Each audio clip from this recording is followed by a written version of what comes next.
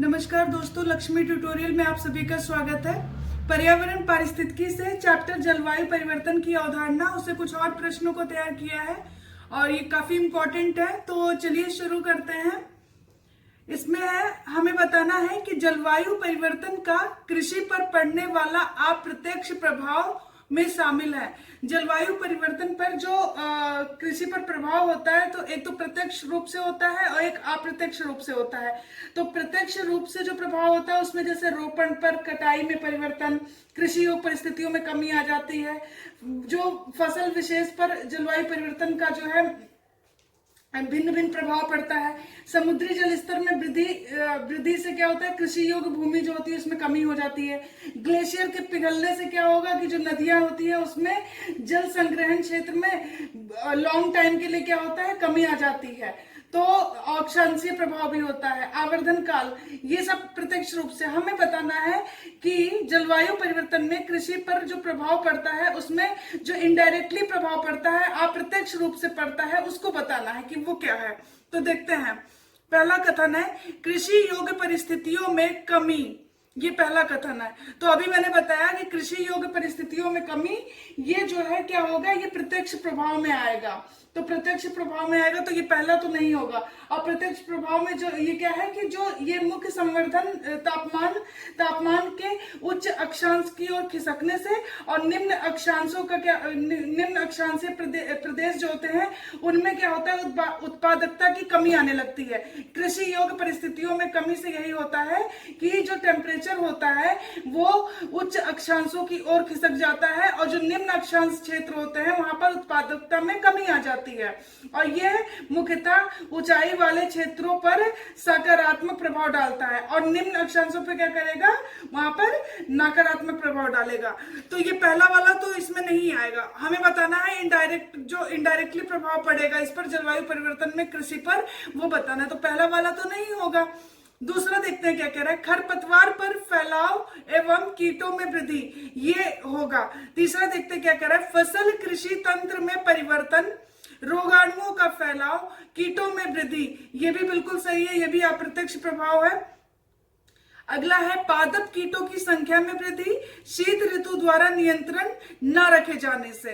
पादप कीटों की संख्या में वृद्धि हो जाएगी जब शीत ऋतु होगा, उस पर अगर नियंत्रण न रखा जाए। अगला है रोपण और कटाई में वृद्धि, रोपण और कटाई में वृद्धि। तो इसमें से हमें बताना है कि कौन सा इसमें अप्रत्यक्ष, तो इसमें दूसरा, तीसरा और चौथा ही है। पहला और पांचवा जो है क्या है, प्रत्यक्ष रूप से। दूसरा, तीसरा, चौथा ही अप्रत्यक्ष रूप से शामिल है। जलवायु परिवर्तन का जो कृषि पर प्रभाव होगा, खरपतवार का फैलाव होगा, कीटों में वृद्धि हो जाएगी, फसल कृषि तंत्र में क्या होगा, परिवर्तन होगा, रोगाणुओं का फैलाव, और रोगाणुओं का जो फैलाव होगा कीटों की वृद्धि होगी। और इसमें जो पादप कीटों की संख्या है उसमें वृद्धि होगी। क्यों होगी, जब शीत ऋतु आएगा उस पर अगर नियंत्रण ना रखा जाए तो ये दूसरा, तीसरा, चौथा सही है। पहला और पांचवा जो है वो प्रत्यक्ष प्रभाव में शामिल होंगे। अगले प्रश्न पे आते हैं हम। समुद्री जल स्तर में वृद्धि के कारण में शामिल है। समुद्री जल स्तर में वृद्धि में कारण क्या कारण है, देखते हैं। समुद्री जल स्तर में वृद्धि के कारणों में शामिल है, पहला है तापीय फैलाव, दूसरा है बर्फ की चादरों का पिघलना। तापीय फैलाव और बर्फ की चादरों का पिघलना, ये दोनों है। हमें बताना है कि ये समुद्र जल स्तर में वृद्धि के कारण कौन से हैं। ये दोनों ही कारण है, तापीय फैलाव भी होगा और ये भी होगा बर्फ के चादरों का पिघलना। तो ये दोनों ही इसमें शामिल होंगे।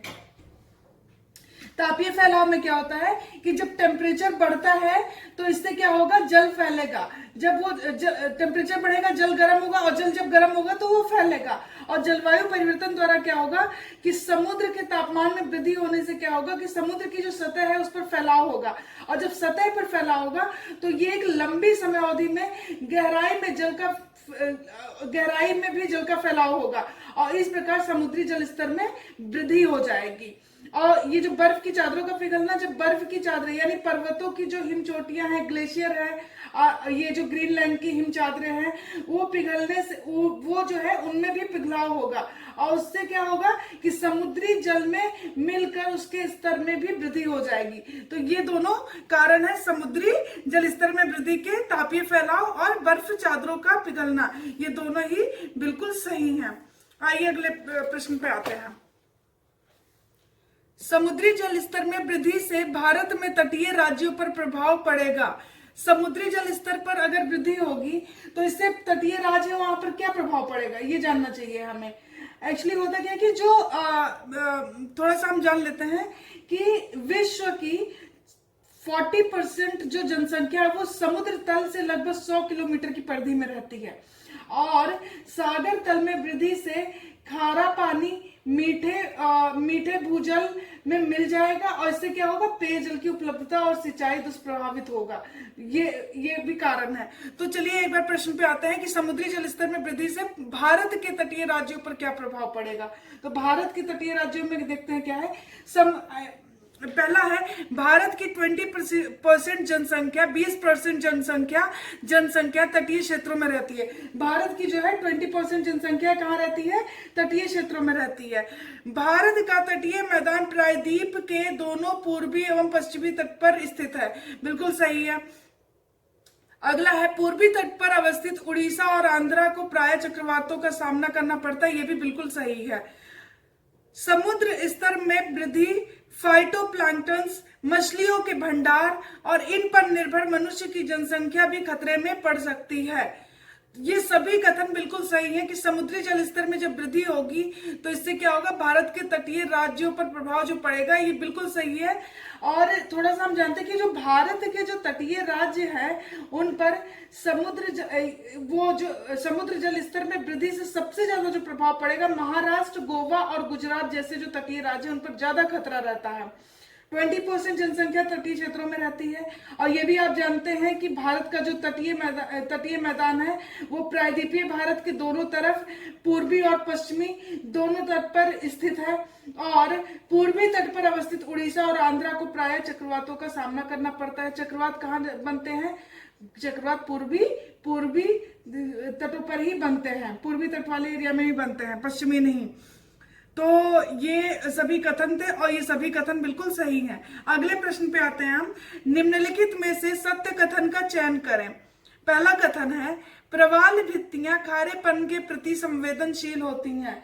सही बात है, जो प्रवाल भित्तियां होती हैं वो खारेपन के प्रति संवेदनशील होती हैं। दूसरा कथन है, समुद्री जल स्तर में वृद्धि इसके अस्तित्व के लिए खतरा बन सकती है। ये भी बिल्कुल सही है, ये खारेपन के प्रति संवेदनशील होती हैं। जब समुद्री जल स्तर में वृद्धि होगी तो इसके अस्तित्व पर खतरा आ जाएगा, और समुद्र स्तर में वृद्धि से फाइटोप्लैंक्टन्स, मछलियों के भंडार और इन पर निर्भर मनुष्य की जनसंख्या भी खतरे में पड़ जाएगी। तो ये दोनों ही कथन बिल्कुल सही हैं।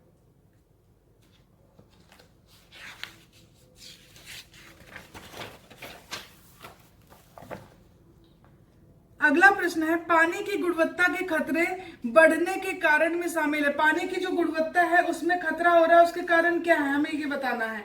तो पानी की गुणवत्ता जो खतरे में है उसको देख लेते हैं एक बार। भारी वर्षा द्वारा अवसाद, पोषण तत्वों एवं प्रदूषक भार में वृद्धि। भारी वर्षा से जब क्या होगा कि अवसाद, पोषक तत्व और प्रदूषक जो है उनके भार में वृद्धि होगी। दूसरा है, सूखे के समय प्रदूषकों की सांद्रता में वृद्धि। सूखे के समय क्या होगा, जो प्रदूषक है उनकी सांद्रता में वृद्धि होगी। बाढ़ के समय उपचार सुविधा में बाधा एवं जल जनित रोगों में वृद्धि। बाढ़ के समय क्या होगा, उसका उपचार सुविधा में करने में उतने अच्छे से नहीं हो पाएगा उसका उपचार, तो इससे क्या होगा कि जल जनित, जो जल से ये रोगों का ये होता है, तो वो रोग जो जल से जनित होते हैं उनमें वृद्धि हो जाएगी। अगला है, एल्गम ब्लूम बैक्टीरिया, कवक तथा विषाक्त पदार्थों में वृद्धि।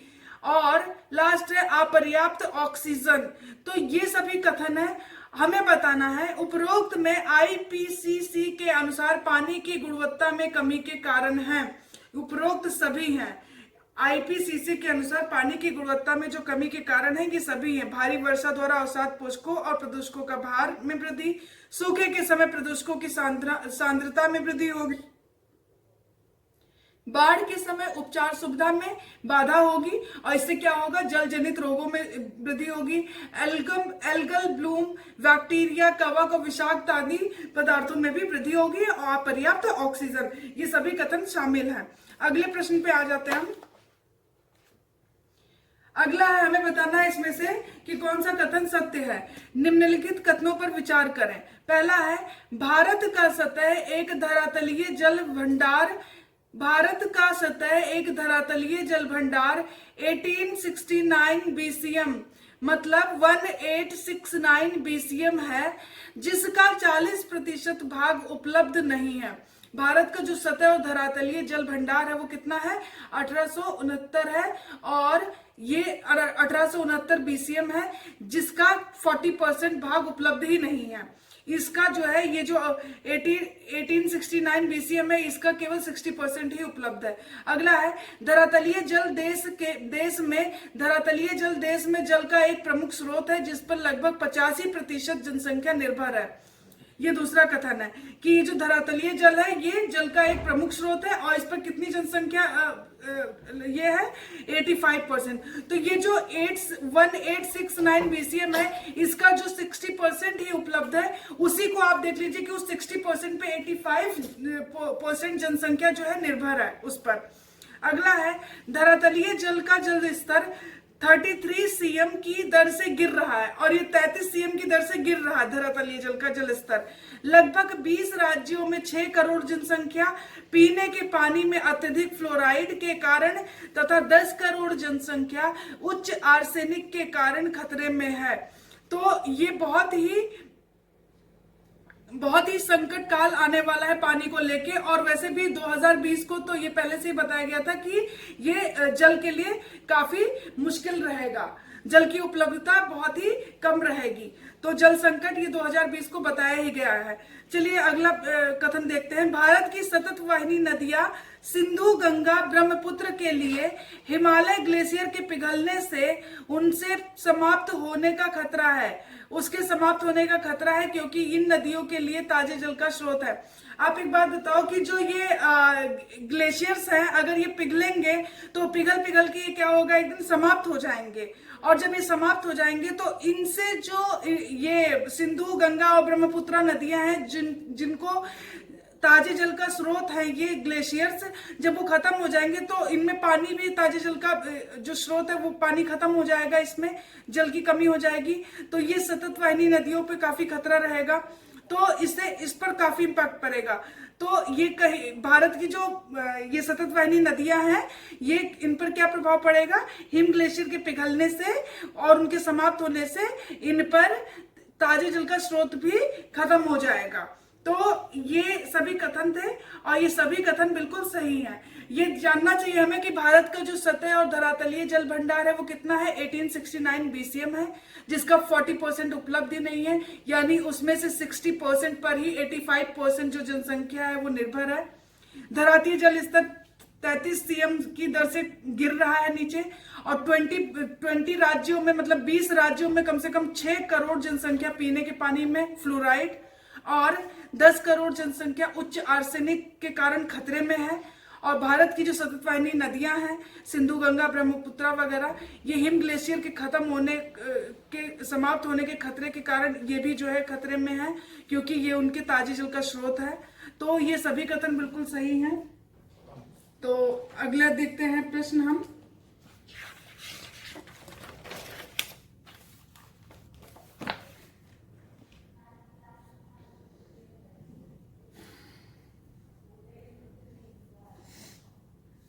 अगला प्रश्न है, ये कुछ कथन दिए गए हैं और हमें बताना है कौन से कथन सही है।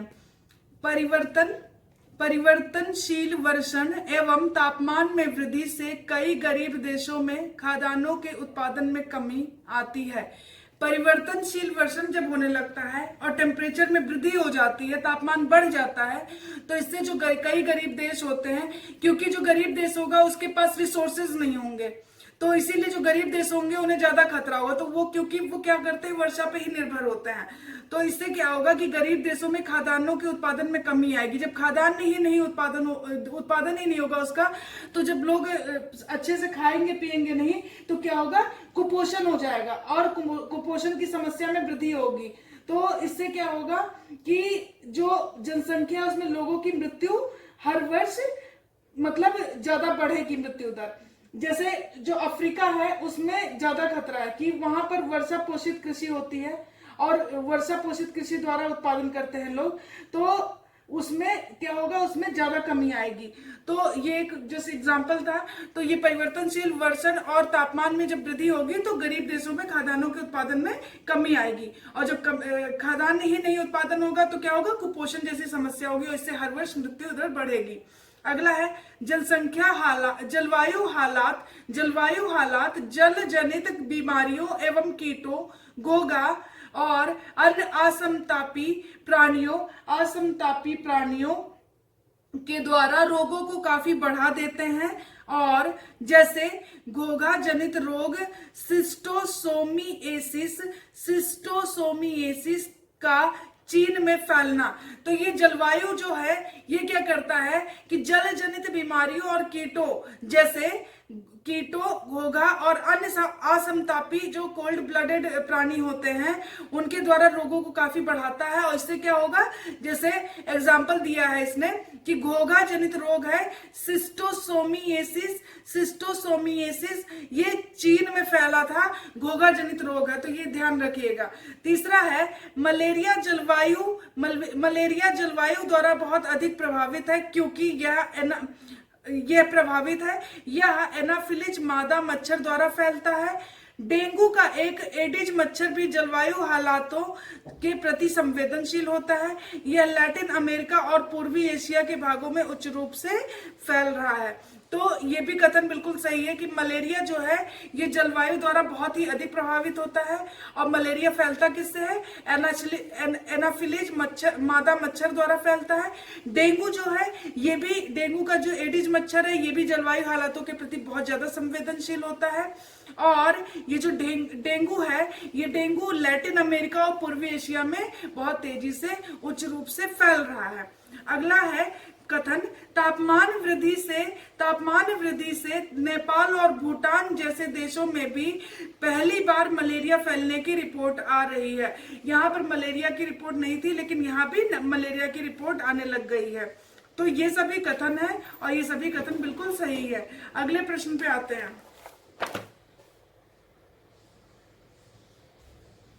कार्बन कैप्चरिंग के संदर्भ में निम्न कथनों पर विचार करें। कार्बन कैप्चरिंग क्या होता है एक बार जानते हैं हम। वैश्विक जलवायु परिवर्तन में कमी लाने हेतु CO2 यानी कार्बन डाइऑक्साइड या कार्बन के अन्य रूपों को ग्रहण कर लिया जाता है। वैश्विक जलवायु परिवर्तन जो है उसमें ग्लोबल क्लाइमेट चेंज जो है उसमें कमी लाने के लिए क्या करते हैं, जो CO2 होता है उसको क्या करते हैं, CO2 या फिर उसके कार्बन के अन्य जो रूप है उसको क्या करेगा, ग्रहण करके और उसे एक लॉन्ग टाइम के लिए संग्रहित कर लेता है, स्टोर कर लेता है। और इसी को स्टोर करना ही कार्बन अधिग्रहण कहलाता है, कार्बन कैप्चरिंग कहलाता है।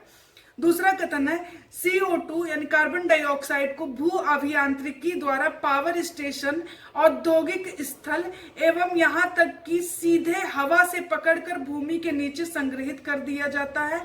इसे वायुमंडल से मिलने से रोका भी जाता है।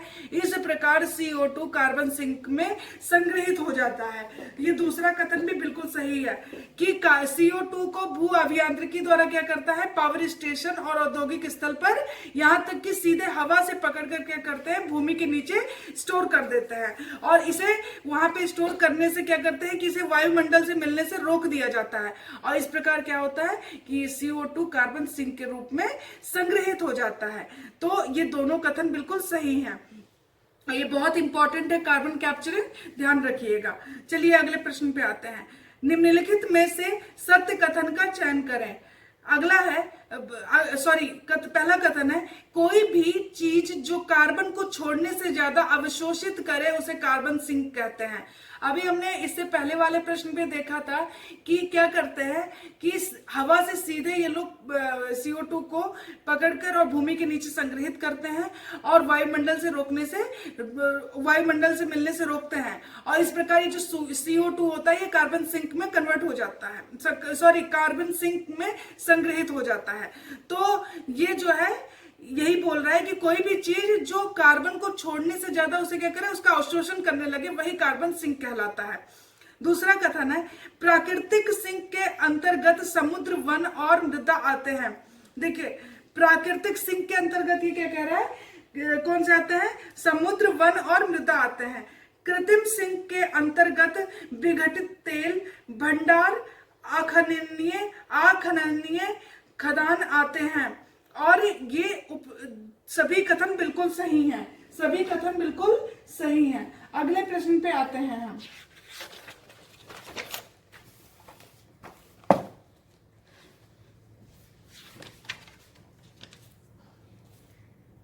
देखिए पहले मैंने ये बताया था इससे पहले कि कोई भी चीज जो कार्बन को छोड़ने से ज्यादा उसे अवशोषित करती है और कार्बन सिंक कहलाते हैं। और ये दो प्रकार का होता है कार्बन सिंक, वो बताया था प्राकृतिक और कृत्रिम, ये याद रखिएगा, पूछ लेता है कई बार। प्राकृतिक में समुद्र, वन और मृदा आते हैं, और कृत्रिम में आर्टिफिशियल जो होगा वो होगा विघटित तेल भंडार और अखननीय ये खदान होंगे। तो चलिए अगले प्रश्न पे है, आ गए हम। कार्बन कैप्चरिंग का कार्य निम्न में से किन किन क्षेत्रों में हो रहा है? कार्बन कैप्चरिंग का कार्य किस किस क्षेत्रों में इसका यूज हो रहा है देखते हैं। तेल एवं गैस उद्योग, पर्यावरण संरक्षण, तेल एवं गैस की पुनर्प्राप्ति। तो इसका जो यूज है, इसका जो कार्य चल रहा है वो तेल और गैस उद्योग में चल रहा है, तेल और गैस की पुनर्प्राप्ति में। पर्यावरण संरक्षण के लिए इसे अभी सोचा जा रहा है कि इसका यूज हो कार्बन कैप्चरिंग का, तो ये नहीं होगा, पहला और तीसरा हो जाएगा। पर्यावरण संरक्षण के लिए भी सोचा जा रहा है और इस पर अभी काम चल रहा है, कार्य चल रहा है, तो पहला और तीसरा ही इसमें से हो जाएगा, तेल और गैस उद्योग में और तेल और गैस की पुनर्प्राप्ति में इसका कार्बन कैप्चरिंग का कार्य हो रहा है इन क्षेत्रों में। अगला है कार्बन अधिग्रहण में मुख्यतः 3 चरण होते हैं, कौन से शामिल है देखते हैं। कार्बन अधिग्रहण में 3 चरण होते हैं। पहला है पकड़ना और अलग करना। इसमें क्या होता है, इसके अंतर्गत क्या करते हैं, CO2 को दूसरी गैसों से अलग करते हैं। परिवहन, तो जैसे नाम से ही पता चल रहा है कि जो पकड़े गए जो मतलब CO2 उसे क्या करेगा, CO2 को संग्रहण स्थल से क्या करेगा, परिवहित करेगा। तीसरा चरण है संग्रहण। तीसरा चरण है संग्रहण। संग्रहण के अंतर्गत क्या करता है कि वातावरण से दूर भूमि के नीचे और समुद्र में CO2 को संग्रहित कर दिया जाता है। समुद्र में दूर भूमि के नीचे या फिर समुद्र के नीचे इसे संग्रहित कर दिया जाता है। और ये सभी कथन बिल्कुल सही है। कार्बन अधिग्रहण में 3 चरण होते हैं, पकड़ना और अलग करना। इसमें क्या करते हैं कि और CO2 को दूसरी गैसों से अलग करते हैं। परिवहन, संग्रहण स्थल से दूर ले जाना, परिवहित करना। संग्रहण, तीसरा है संग्रहण, इसमें क्या करते हैं कि वातावरण से दूर भूमि के नीचे या फिर समुद्र के नीचे CO2 को संग्रहित करना। ये तीनों चरण थे, बता दिया मैंने। अगले प्रश्न पे आते हैं। अगला प्रश्न है, इसमें हमें सत्य कथन का चयन करना है। पहला है पावर प्लांट से CO2 के कैप्चरिंग के 3 तरीके हैं। पावर प्लांट से CO2 के 3 तरीके होते हैं इसके कार्बन कैप्चरिंग के। तो दूसरा कथन देखते हैं। 3 तरीके होते हैं, ईंधन के जलने से पहले, जलने के बाद तथा ऑक्सीफ्यूल। तो ये तीनों तरीके हैं। पावर प्लांट से CO2 के कैप्चरिंग के 3 तरीके हैं, ईंधन के जलने से पहले यानी ईंधन जलने से पहले, जलने के बाद और ऑक्सीफ्यूल, ये तीनों तरीके हैं। दूसरा कथन है ईंधन के जलने से पहले या सबसे जटिल प्रौद्योगिकी है। ईंधन के जलने से, जो पहला इसने बताया तरीका, ईंधन के जलने से पहले, यह क्या है, सबसे जटिल प्रौद्योगिकी है। ईंधन के जलने के बाद यह सबसे महंगी प्रौद्योगिकी है तथा ये बड़े पैमाने पर व्यावसायिक रूप से उपलब्ध है। तीसरा कथन है ऑक्सीफ्यूल, यह सबसे सस्ता है, कोल हेतु पसंदीदा प्रौद्योगिकी है। और ये कोल के लिए पसंदीदा प्रौद्योगिकी है, ऑक्सीफ्यूल के लिए कह रहा है ये। चौथा कथन है CO2 को वायुमंडल में जाने से रोककर धरती के अंदर पहुंचाने की विधि कार्बन निषेचन या फर्टिलाइजेशन कहलाती है। CO2 को क्या करते हैं, वायुमंडल में जाने से रोककर क्या करते हैं, पृथ्वी के अंदर पहुंचाने की विधि कार्बन निषेचन या फर्टिलाइजेशन कहलाती है। यह ग्रीन हाउस गैसों में कमी, साथ ही कृषि के लिए महत्वपूर्ण साबित हो सकती है और पौधों में वृद्धि भी करती है। तो ये सभी कथन थे और ये सभी कथन सही है। पावर प्लांट का याद रखना कि पावर प्लांट से जो CO2 में कैप्चरिंग के तरीके हैं वो कौन से हैं, ईंधन के जलने से पहले, ईंधन के जलने के बाद और ऑक्सीफ्यूल। ईंधन के जलने से पहले मैंने बताया ये सबसे महंगी है, सॉरी ईंधन के जलने से पहले ये सबसे जटिल होती है, ईंधन के जलने के बाद वाली बहुत ज्यादा महंगी है और ये व्यावसायिक रूप से उपलब्ध है। सबसे सस्ती जो है ऑक्सीफ्यूल है और ये कोल हेतु पसंदीदा प्रौद्योगिकी है। CO2 को वायुमंडल से रोककर, वायुमंडल में जाने से रोककर धरती के अंदर पहुंचाने की विधि कार्बन निषेचन और फर्टिलाइजेशन कहलाती है। और ये इससे क्या होगा कि ग्रीन हाउस गैसों में कमी भी आती है इस विधि से और कृषि के लिए महत्वपूर्ण साबित होती है और इससे पौधों में भी वृद्धि होती है। तो ये सभी आज के लिए इतना ही, ये प्रश्न थे कुछ और ये काफी इंपॉर्टेंट है। आज के लिए इतना ही। Thank you so much. अगर आपको वीडियो अच्छी लगती है तो प्लीज लाइक और सब्सक्राइब करें। Thank you.